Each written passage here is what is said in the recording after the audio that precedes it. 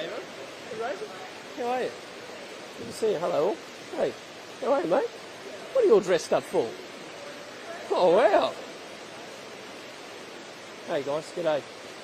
Audio level, testing 1, 2, 3. David Crisafulli, testing 1, 2, 3. All good? G'day, mate. How are you? Thanks, everybody. The youth crime explosion we've seen in the last week in Townsville is unprecedented, it's unacceptable, and it is terrorising Townsville. And enough is enough. I've just come from a meeting with the Mayor, and I want to thank her for her time, and this afternoon as well as tomorrow, thanks to Natalie and Dale, I'm going to be speaking with a number of victims of the youth crime crisis in this city. I'm going to be speaking with police at the front line, with people who provide services, but the cries for help are real.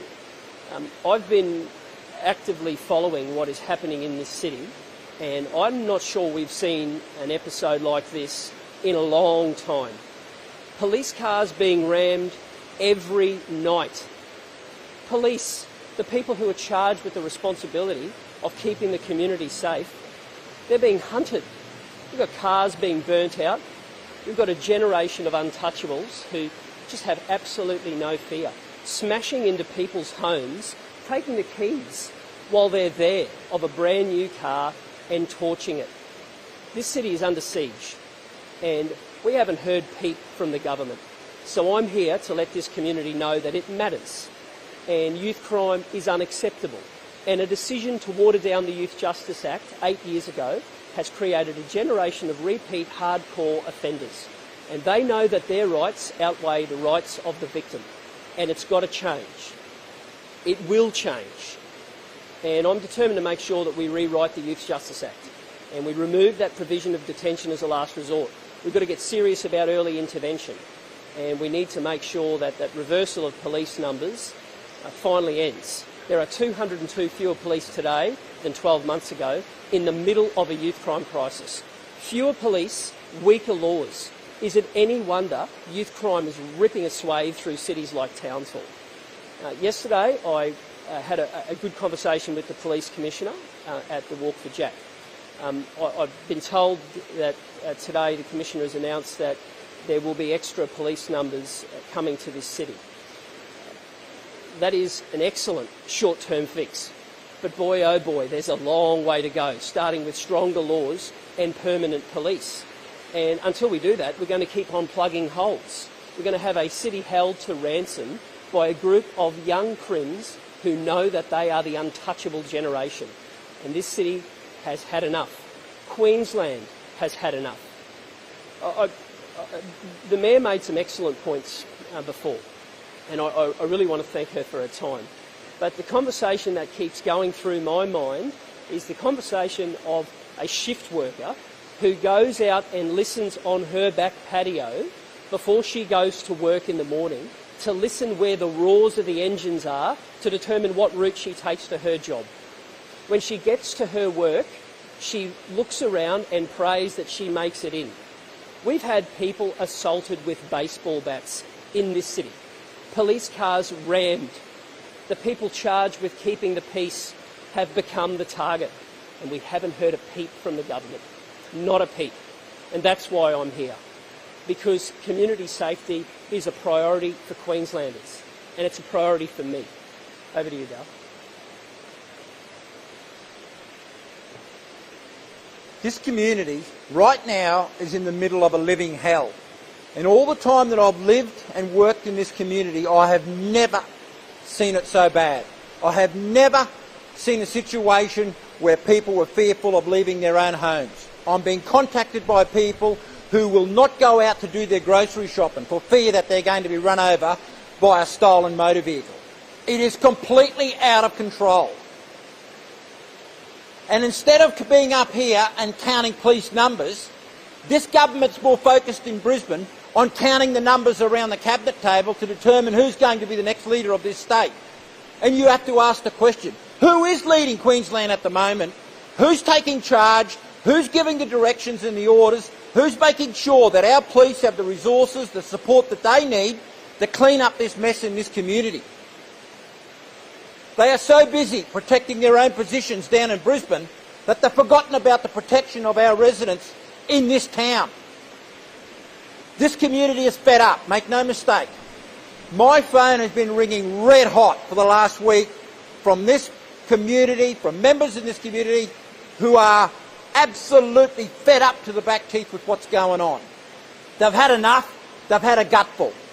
They want to see these young kids off the street, and they should be off the street.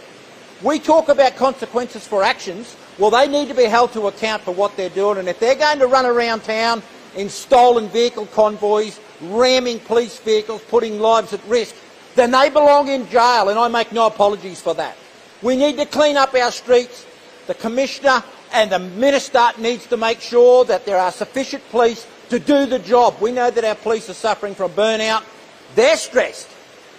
They never know one day to the next when they go out on patrol whether they're going to be rammed, and their lives are being put at risk. And that has to stop. And it has to stop today. Good afternoon, my name's Natalie Marr, the LNP candidate for Thuringowa. I spent the weekend talking to a lot of the victims that have had to endure a siege of criminal activity, and one of the comments that I'm hearing from them is that they're hearing nothing from their local Labor ministers. And I want to thank David for being here today, because I phoned him to tell him what I'm hearing from my community, and he has come today to support me and the community to make sure that we get the help that we need. I have had to listen to people crying, the fear. They're not just scared anymore. We have a community that are terrified, and they've had enough. We need to tear up that Juvenile Justice Act and start from the beginning, and I'll tell you why. Because my community are telling me that they want to be heard.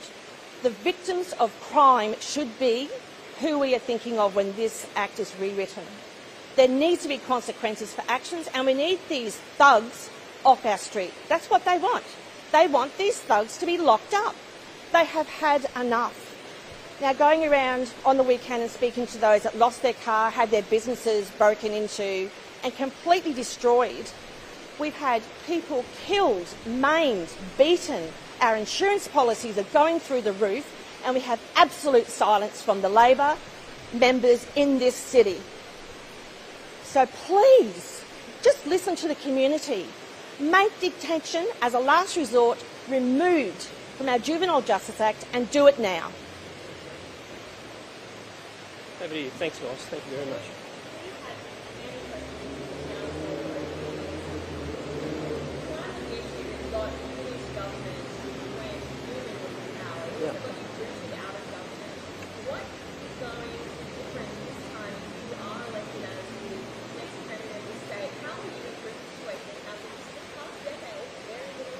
Well, I'll make 2 points. Firstly, crime fell during that period, and the statistics show that. But there's always more that we can do, and there's always more we should learn from. But it starts with making sure that the Youth Justice Act is fit for purpose, and the removal of detention as a last resort is a day one agenda item. I also want to get serious about early intervention, and I don't want to give up on that next generation of kids. So we've got a generation of that repeat hardcore offenders, and we've got to deal with them right in the here and now.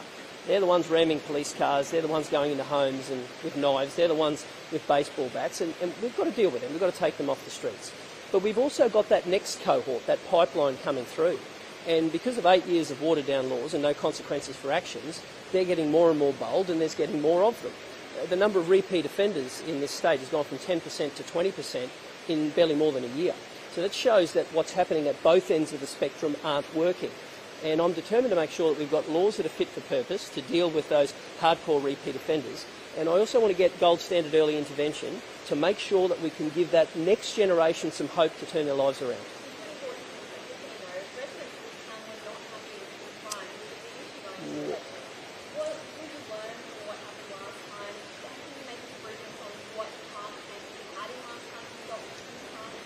We can always do better as community leaders. But youth crime did decrease during that period, in every metric. Well, I'll always look to do better, Rosie, but youth crime did improve over that time, and the laws were working. And the government's first decision was to water down the Youth Justice Act when they came to power. That's now 8 years ago. And on the back of it, you've got a generation of repeat young thugs. And every metric shows it. Over that period of time, stolen cars and break-and-enters fell, and it's increased year on year. And the figures are breaking people's hearts. Across the state, you've had a doubling in many of those offences, and you can feel it in people's emotions. I've got a lot of friends and family here, and I know what they're feeling, and you just heard it through Natalie's emotions. It's real and it's raw. And Dale was a police officer here for decades. And when he says that he's never felt it like this, I listen. And when the community tells me how much youth crime is ripping the soul out of this place, I listen. This is a proud city, and it's got a lot to be proud of. But right now, there's a generation that are just ripping the fabric out from under it. And I'm determined to make sure we do something about that. And I want people in this city, and indeed all across Queensland, to know that we are going to put their rights ahead of the rights of a generation of young crims. And we're going to do better with the next generation to make sure that that pipeline isn't coming through, to make sure that terror doesn't continue. And that's a priority for me.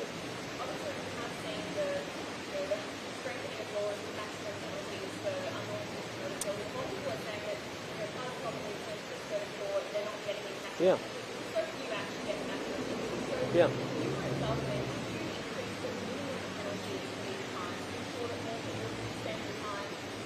Good question. None have got the maximum penalty. None. And there's a provision in the Act that prevents that. We will listen to all options. But the day one agenda is to remove detention as a last resort. And if we do that, we unshackle the judiciary to do their job. When I hear Labor ministers putting their hands in the air and wondering why a hardcore repeat offender doesn't get a jail term, I point them to the section of the Act that they put back in 8 years ago that said detention must be a last resort. That is a broken policy.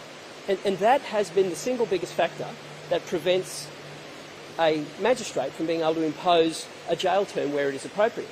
Now, I repeat what I said before. I'm not suggesting to you there's not a role for early intervention. You bet there is. And because of a failure in that space, you've got that pipeline that has doubled in barely over the last year of that repeat hardcore offenders. We've got to get serious about early intervention. But at the moment, with the hardcore repeat offenders, detention as a last resort is written in black and white, and it was put back in here by this government. And that's a failure. And that's the reason why that revolving door of the Broken Youth Justice Act goes round and round in circles.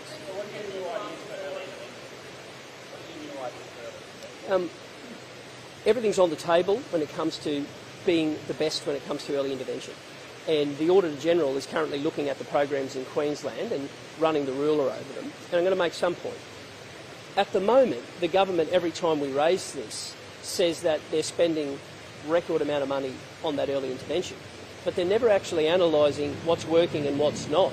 So the first step we've got to do is work out what are those programs that are good and that are turning kids around, and how can we do more of them? And then look at the programs that aren't working and wonder how can we channel that money into doing what it should be doing. I'll give you an example of a program that's not getting much government funding right now, and it's a school called Men of Business. Now, I've been to that school and I've sat down and I've listened to those young men, and it's a school where kids who have no hope are given hope, and they're given love, and they're given support. And to see those young men transfer and go into employment is one of the most fulfilling things you'll see. Now, there are other programs like that. Now, that program receives next to no state government funding, other than the normal funding that it would as a school. That, to me, defies belief. They're the sort of programs you've got to pick up and roll out across the state. There are programs that work. There are programs that don't. And we've got to get serious about delivering gold standard early intervention. But I come back to the point. You've also got a here and now. And on the here and now, you have a generation of untouchables who have no consequences for their behaviour. And something's got to be done about that in the short term as well.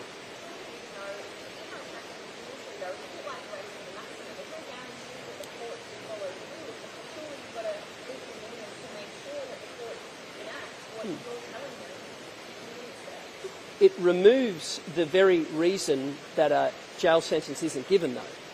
If the underlying principle is detention must only be used in the last resort, well then that's why the sentencing is never delivered to a community expectation. Now, we remain focused on listening to the community, and we're going to make sure that we put forward a suite of individual issues when it comes to things like that. But I just want to make it clear to people on day one, detention as a last resort will be removed immediately from the Youth Justice Act. Consequences for actions will be rewritten into the Youth Justice Act. And early intervention is going to be important, it's going to matter, and it's going to turn the next generation of young crims around. No, it will be removed as a sentencing provision. So that's right across the board. And I'm serious about that. And I shake my head that the government won't acknowledge that was the seed that was sown that grew into the youth crime crisis. And on the back of it, you just have a generation who are doing what we are seeing on the streets of this city at the moment and elsewhere. And you know, look, I think Dale summed it up. The last period in this city has been the likes of which we haven't seen in a long time. But I got a message just the other day from Harvey Bay, from our candidate there, telling me about a night of madness there with businesses smashed. It's happening across the state. And I want every Queenslander to know that making our community safer is a priority for me because it's a priority for them. Surely though, on that stage, when they've got a child in there, often very hard to prove they were involved in dangerous operations or no. Sure. They might have said the charge with a more confused than the people. You don't think though a magistrate is going to hand down or through the detention some of the kids would practice the practice in the car? That seems to be unrealistic. Well, it depends what the offence is and what the sentence is. And of course that's a matter for a magistrate, and that's how it should be. That's fair and reasonable. But if the underlying provision is that detention must be a last resort, well, that means that even in those situations where the offender has done something that is so egregious that it's out of step with community values, that principle overrides everything. And that's the reason why the sentences aren't reflecting the community expectations.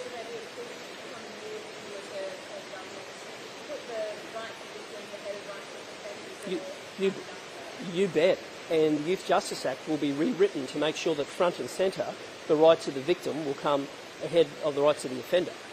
And there will be detention as a last resort removed, and that is a non-negotiable. But I want to come back to, I am serious about early intervention as well. And you can be strong and deal with the hardcore repeat offenders, and you can also be compassionate and turn around the next generation before they hold a knife at somebody's throat and before they're ramming a police car. And that's what a balance looks like. And at the moment in Queensland, that balance isn't being struck. At the moment in Queensland, the government is failing at both ends of the spectrum. They're failing to hold the ones accountable who are terrorising the streets and ripping the soul out of communities, and they're failing to turn around the next generation, the pipeline that are coming through.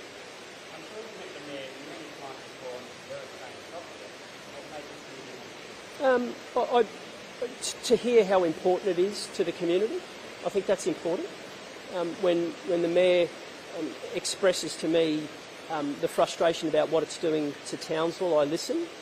Remember, often when you sit down with councils, and I did so this morning in Moreton Bay, things like infrastructure and depreciation schedules and local government grants and subsidies, they're front and centre. And we had a good discussion about some of those matters too. But when youth crime will dominate a conversation from a council, you know that it means a lot to the city. And I do want to thank the Mayor for her time. Yeah. About some of the challenges when it comes to housing and some of the lack of accountability in that space. Some of the things that she'd like to see when it comes to police numbers. Now, I certainly won't go into everything that we discussed. It wouldn't be fair on her. But it was a good meeting, and it was a meeting that showed how much youth crime means to this city. And I'm here because it's important to Townsville, and it's important to me. And I want Queenslanders to know that there is a better way, and we do have the right priorities for them. And making our community safer, that's front to end centre. What are you doing while you are here? Going to meet some service providers, going to meet some local police, Natalie's got some victims that we'll be meeting as well. Good meeting with the council, and I want the community to know that we're serious about this, and I want the community to know that this can't continue, and it won't continue. And this, I would like to think that if the government can stop being consumed by itself and focus on the things that matter to people, we might see some of these changes in the next year. But if they haven't, you can bet your bottom dollar it'll be the first item on the agenda if we form government. Why do you say the government's consumed by itself? You'd need a lot of time for me to go through the events of the last fortnight, but the government's consumed by itself because instead of doing the job that ministers have, they are undermining to do the job that they want, and no one wins when that's the case. And I wanted Queenslanders to know that I am serious about the things that they're telling me are important to them. This morning I saw people living in tents in Moreton Bay. Here in Townsville you've got a city under siege by youth crime. To the north of us there's a cyclone threatening the coast, and the government is talking about themselves and undermining themselves. It defies any form of logic. And while they're consumed by themselves, no one in the state government is listening to Queenslanders, and no one is running the state. And we want Queenslanders to know we are serious about them and we're listening to their priorities.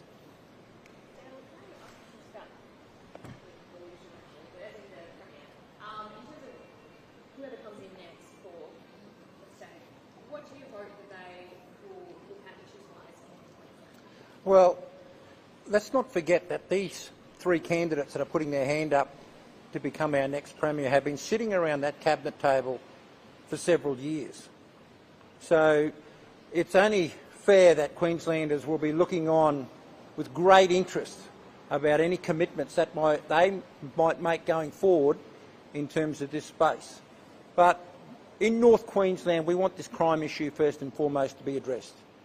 We want to make sure that we're getting our fair share of the pie. We've always asked for that. Infrastructure spending, addressing cost of living. Just today, in this community, I've been contacted by a resident whose insurance has increased by 1/3 for their motor vehicle. There's companies out there now that won't insure motor vehicles in this community. For the period ending in October, 1,600 motor vehicles stolen in this city.